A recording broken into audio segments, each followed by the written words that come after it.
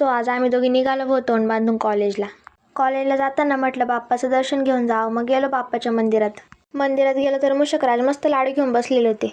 मग मूषकराजचं दर्शन घेऊन गेलो मध्ये बाप्पाचं दर्शन घ्यायला. आम्ही घेतलं दर्शन, तुम्ही पण घेऊन टाका. बाप्पाचं दर्शन घेऊन झाल्यानंतर मग गेलो आमच्या सासरी गेलो तर सासरच्या 2 सुना काहीतरी गममध्ये बसलेल्या होत्या. पण कॅमेरा पाहिल्यावर पोज द्यायचं काही त्या विसरल्या नाही.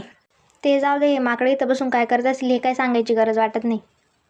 सध्या आमच्या कॉलेजमध्ये योग शिबिर चालू आहे, पण हे नेमकी योगा करते की झोपा काढते काय समजत नाही. कॉलेज सुटल्यानंतर घरी जाताना जार भरून यायचं काम काय सुटत नाही. घरी गेल्यानंतर बागात चक्कर मारायला गेले होते.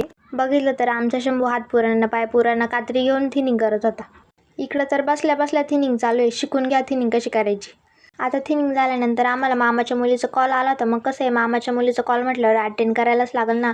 जेवली का झोपली का विचारावंच लागतं. आमच्या शिवने यात्रेत नवीन DJ घेतला भाऊ.